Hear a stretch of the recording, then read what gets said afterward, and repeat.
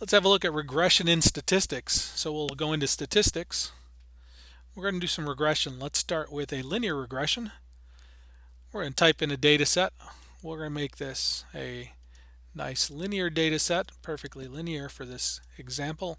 It calculates either way. Notice that your frequencies are turned on and they default to 1. You can reset those by pressing Shift Setup and going down to Statistics and turning off the frequency.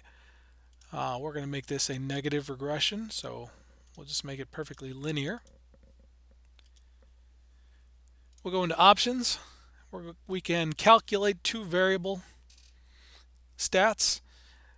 Select we've already done, edit we don't need to, so let's go ahead and do the two variable calculations. Here's the information on X. Start to toggle down. There's your information on the Y's. Combination of X and Y. Maxes, mins for X and for Y. So we'll toggle back out. Let's look at the regression calculation. Since this is a linear regression, our regression says that our y-intercept is 10, slope is -1, our correlation coefficient is -1, perfectly linear. The other option we have is we can do stats calculations. We have a look at those. First two we've seen, the data we know, summation, variable, max and min. Regression, if you would like to do a calculation using regression, we're going to take a look at that one.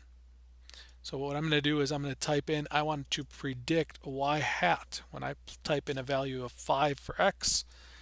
So I'm going to go in here, I'm going to go back into my options there, go into regression on the second screen.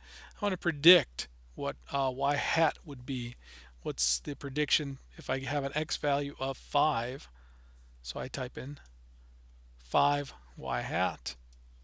It says it's 5. We can do it the other way. Let's say you have a value of 7, and this time that's your X or your Y value, so that's your answer. We want to predict an X hat. So let's go ahead and do that one. 4, X hat number 4, and it calculates it the other way.